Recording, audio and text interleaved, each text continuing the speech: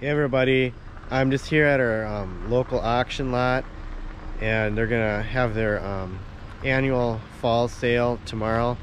So I decided come in and just do a little video on what's here on the lot.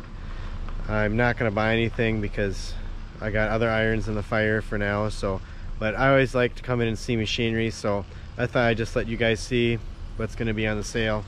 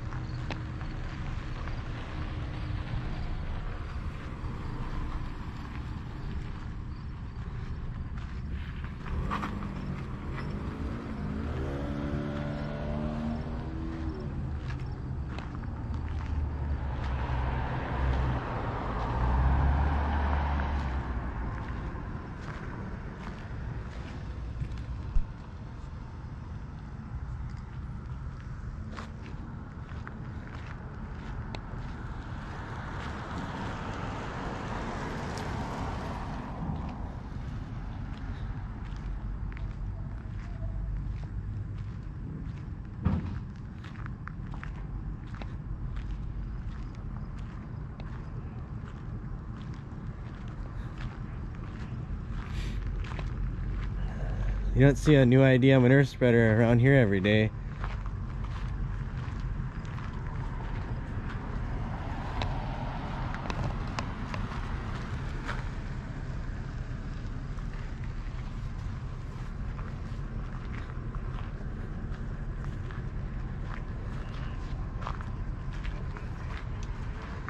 It's like this one's gonna need a little TLC if you want to use it.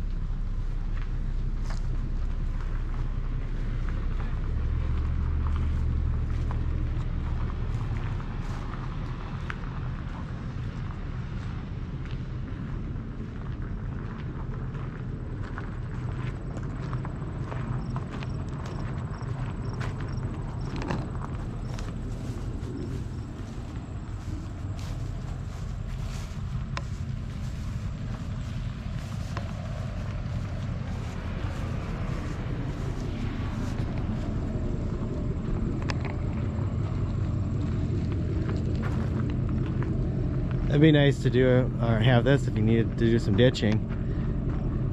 It's like our county surplus. They must not use it anymore, so they're selling it as surplus.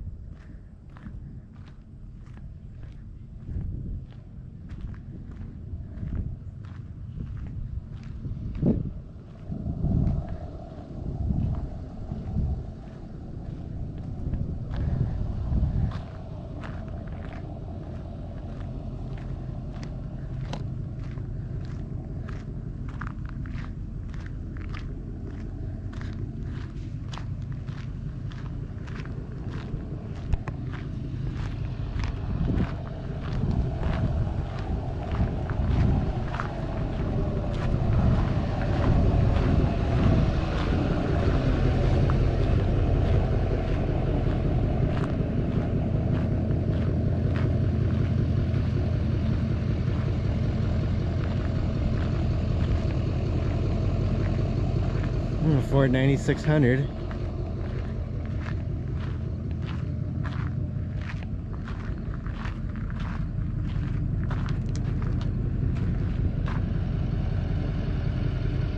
Doesn't look like it's in too bad a shape, other than the tires are getting kind of worn down.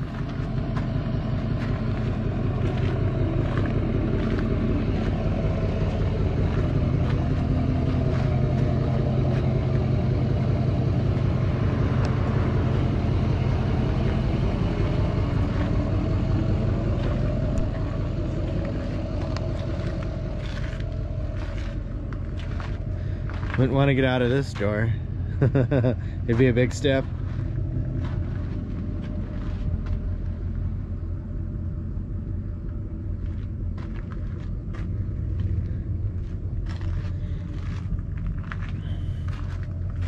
I don't think I'd want to use that as a rock wax. Kind of light.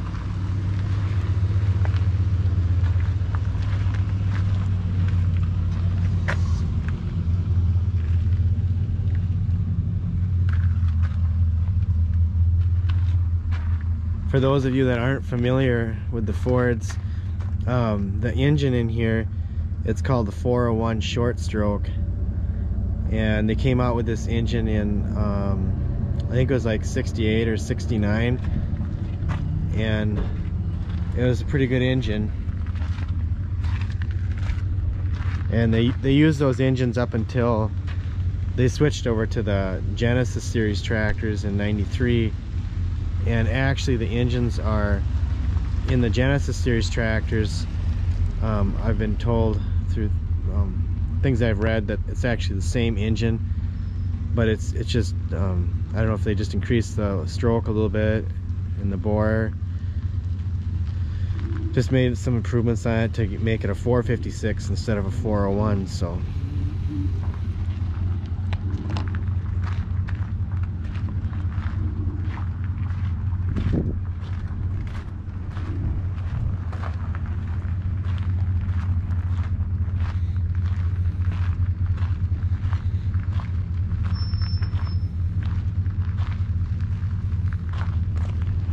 don't see a John Deere feed grinder too often either.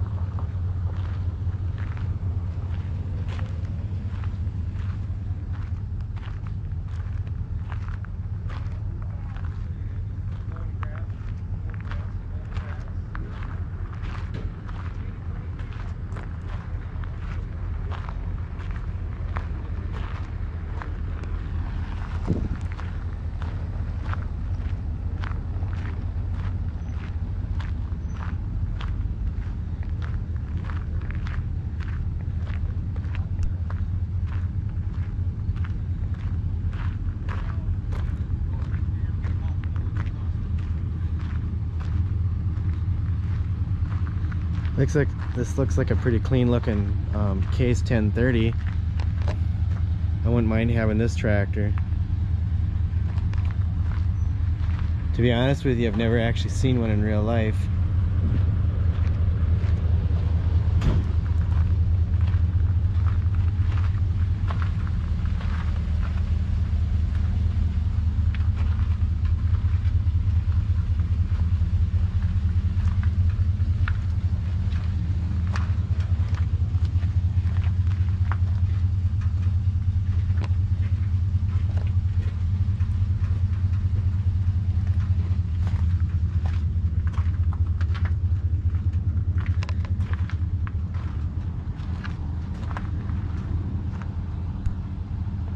One thing that tractors is that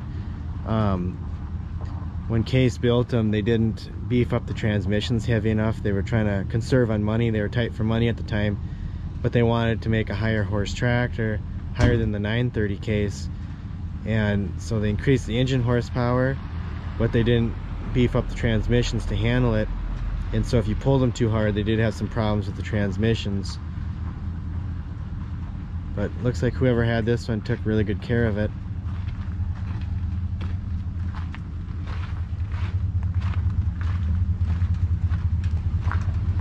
This is a Ford 4000. This one's got the selecto speed.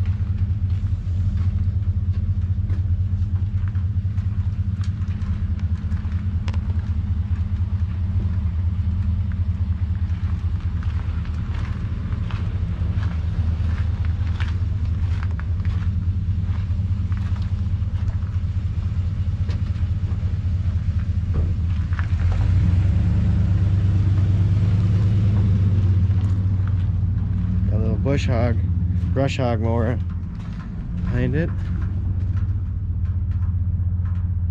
Be a handy little tractor.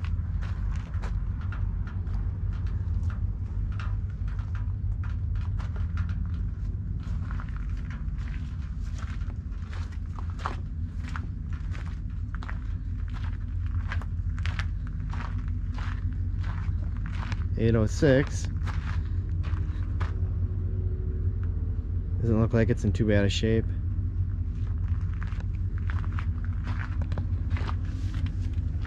Ugh, a little tricky to get up here.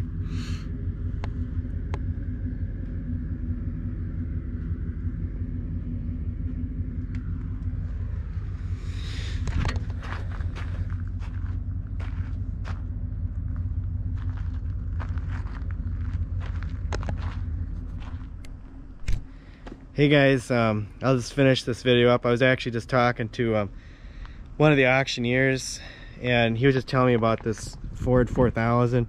That's just a local guy that he owns this tractor, and the same way with this 806, it's the same owner as the Ford 4000. And then he was telling me about the Case 1030. There was a guy, well, not too far away, probably about 35 miles from here, and he's actually the original owner of this Case 1030. So yeah, he said he took really good care of it.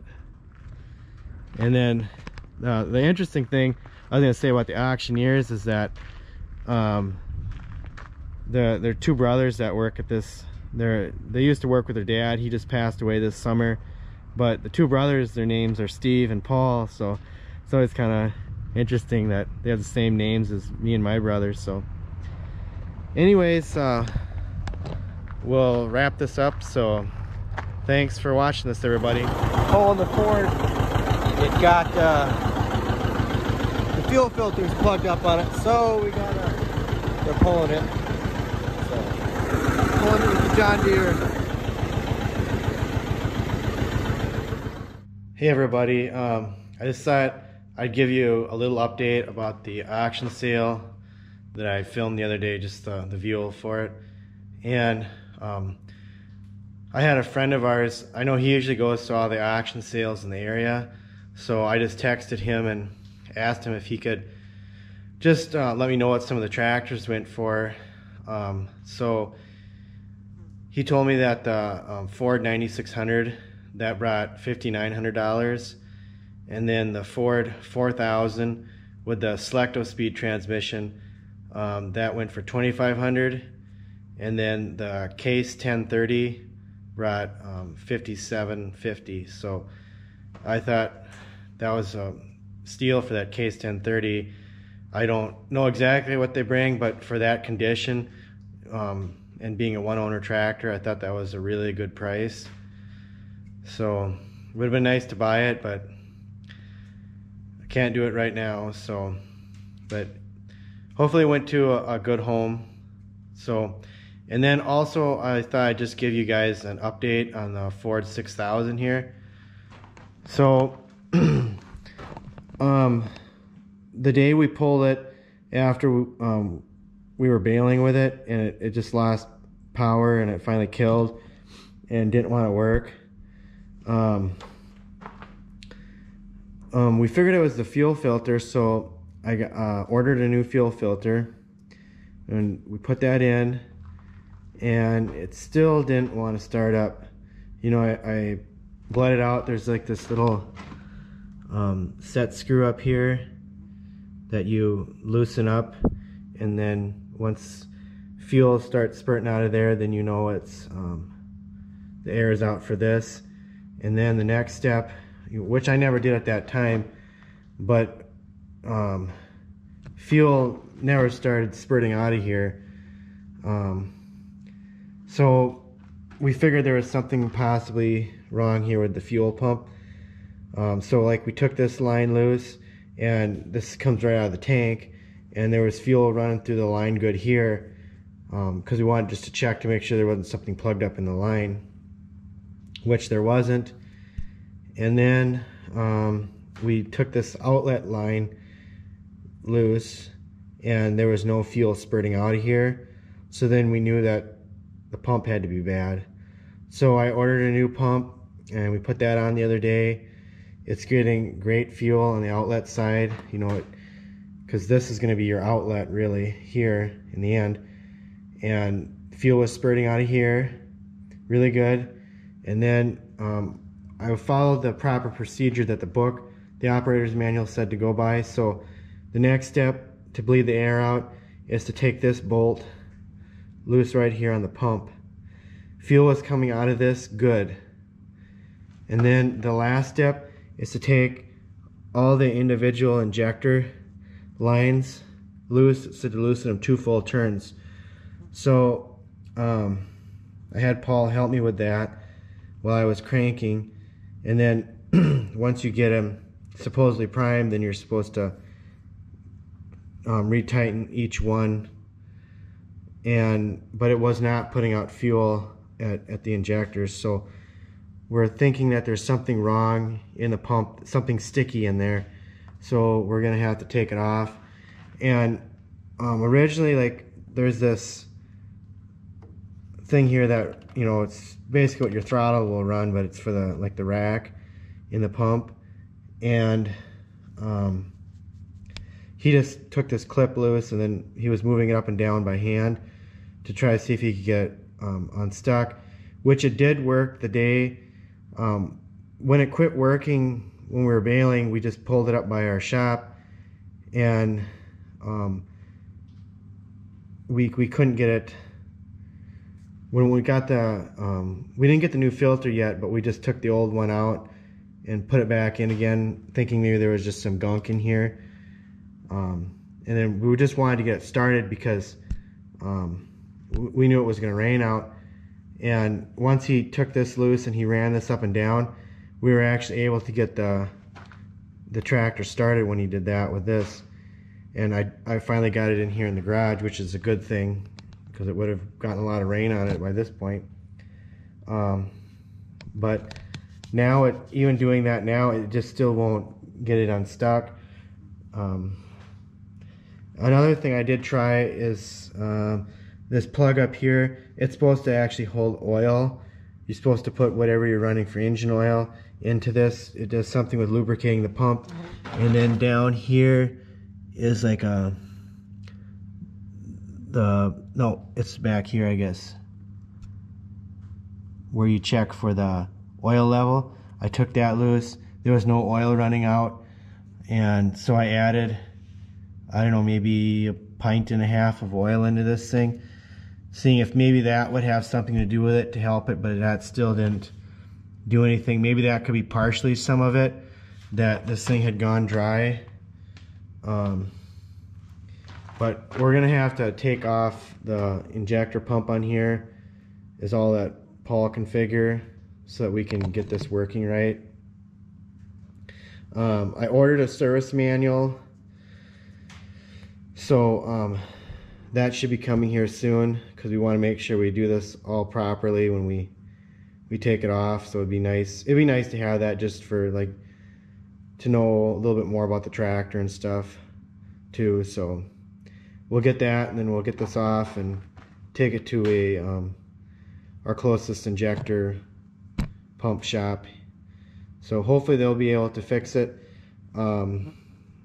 I know that they do deal with some older pumps, because one time I had my injector pump off of my 720 diesel, and they were able to fix that. So I'm hoping they're gonna be able to do this one. I know there's a couple other places that I've seen in some of the tractor magazines I get that specialize in classic tractor diesel injection pumps. So hopefully first our local one can do it. If we can't get it done there, there'll be somebody that can do this. So anyways, that's an update for all this stuff. So thanks a lot for watching, everybody.